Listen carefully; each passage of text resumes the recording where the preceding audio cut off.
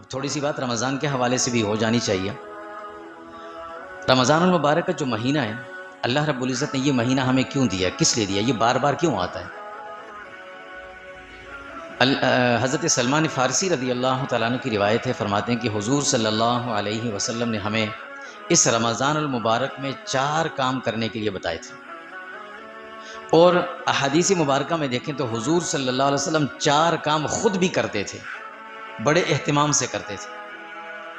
اور کچھ چیزیں ایسی جن سے حضور رمضان المبارک کے مہینے میں خاص طور سے منع کرتے تھے، بس یہی اس رمضان میں کرنے کے کام ہے اور نہ کرنے کے کام۔ دین اور اسلام یہ اتباع رسول کا نام ہے،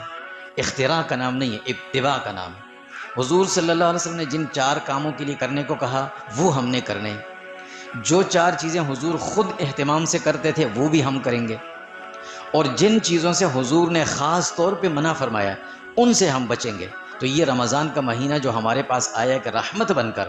رمض کے معنی ہوتے ہیں جلانے والی چیز، یہ ہمارے گناہوں کو، برائیوں کو جلا کر ختم کر کے نیکیوں میں اضافہ کرنے کے لیے مہینہ آیا، تو اس مہینے کا حق ادا ہوگا، یہ مہینہ خوش ہو کر جائے گا، اللہ رب العزت کی طرف سے مغفرت کے پروانے آخری رات میں ہمیں مل جائیں گے، جیسے اللہ کے نبی نے فرمایا۔ اور اگر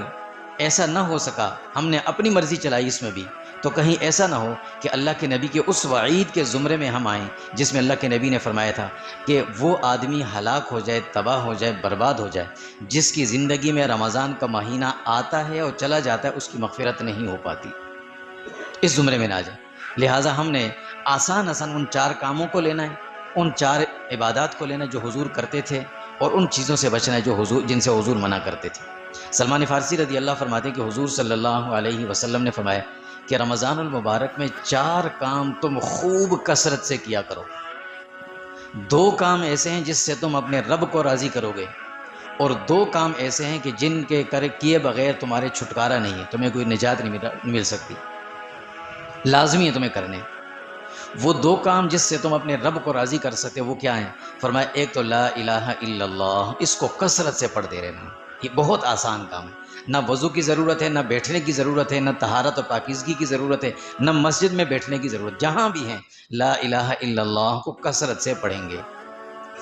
نمبر 2، فرمایا کہ کثرت سے استغفار کیا کرو، استغفر اللہ ربی من کل ذنب واتوب الیہ، جو بھی استغفار کے کلمات ہیں، مختلف کلمات استغفار کے، رب اغفر لی وتب علی انک انت التواب الغفور، اس طرح اور بھی بہت سارے کلمات، ان کی تسبیح یہ ہم مستقل پڑھتے رہیں گے، اس کو اپنی زبان پہ جاری رکھیں گے۔ رمضان میں یہ 2 کام ہم کریں گے کثرت، باقی کام تو اپنی جگہ ہیں، وہ تو کرنے ہی کرنے، نماز کا کیوں ذکر نہیں، تو نماز تو ویسے ہی پڑھنی ہے، روزہ تو ویسے ہی رکھنا ہے، تراویح تو ویسے ہی پڑھنی ہے، لیکن یہ 2 کام خاص طور سے کرنے ہیں۔ دوسرے 2 کام جس کے بارے میں حضور نے فرمایا کہ جن سے تمہارے لیے کوئی خلاصی نہیں ہے، وہ کیا ہے؟ فرمایا وہ ایک اللہ سے جنت مانگنی ہے، حصول جنت، اور دوسرا جہنم سے پناہ مانگنی ہے، بس اس مہینے میں 2 یہ کام کرنے ہیں۔ اور 4 کام جو حضور صلی اللہ علیہ وسلم کثرت سے کرتے تھے، مختصراً بتائیں۔ نمبر 1، حضرت عائشہ صدیقہ رضی اللہ فرماتے ہیں کہ حضور رمضان میں عبادت بہت زیادہ کرتے تھے، بہت زیادہ عبادت، اور فرمایا کہ اتنی کثرت سے عبادت کرتے، جب رمضان کا آخری عشرہ شروع ہوتا تو راتوں کو ہمیں بھی نہیں سونے دیتے، فرماتے اٹھو سارے اللہ کی عبادت میں لگ جاؤ، آخری عشرہ میں عبادت میں لگاتے تھے۔ دوسرا کام حضور صلی اللہ علیہ وسلم جو کثرت سے کرتے تھے، قرآن کریم کی تلاوت کرتے تھے، جبرائیل امین آتے تھے، حضور کو قرآن سناتے تھے، حضور ان سے سنتے اور اپنا بھی سناتے ان کو، یہ مستقل معمول لیتا تھا، لہٰذا ہم قرآن کی تلاوت کثرت سے کریں گے۔ تیسرا کام سخاوت تھی، حضور صلی اللہ علیہ وسلم، عبداللہ بن عباس رضی اللہ فرماتے ہیں حضور تو ویسے سخاوت میں ممتاز تھے، لیکن جب رمضان کا مہینہ آتا حضور کی سخاوت ایسی ہو جاتی جیسے ہوائیں چلتی ہیں، ایسی تیز ہو جاتی، جو آیا خرچ کیا، جو آیا خرچ کیا۔ اور چوتھا کام حضور کرتے تھے کثرت سے دعاؤں کا خوب اہتمام کرتے تھے، راتوں میں تہجد کے وقت میں ویسے ہی اٹھنا ہوتا ہے، تہجد کے وقت میں اللہ رب العزت خاص طور سے دعائیں قبول فرماتے ہیں، جوف اللیل کا ذکر حضور نے فرمایا کہ رات کے نصف شب میں اللہ دعائیں قبول فرماتے ہیں، تو دعاؤں کا خوب اہتمام کریں گے۔ یہ 4 کام جو حضور کرتے تھے، عبادت، تلاوت، سخاوت اور دعائیں۔ 3 چیزیں جو خاص طور پہ حضور نے رمضان میں بھی خاص طور پہ منع فرمائے، ایک حرام کھانے سے، ناجائز کمائی سے، ناجائز طریقے سے کوئی چیز لے کر کسی کی کھانا، اس سے بچنا۔ اللہ کے نبی صلی اللہ علیہ وسلم فرماتے ہیں کہ اس آدمی کے بھوکا اور پیاسا رہنے کی کوئی ضرورت نہیں اللہ کو جو حرام سے نہیں بچتا۔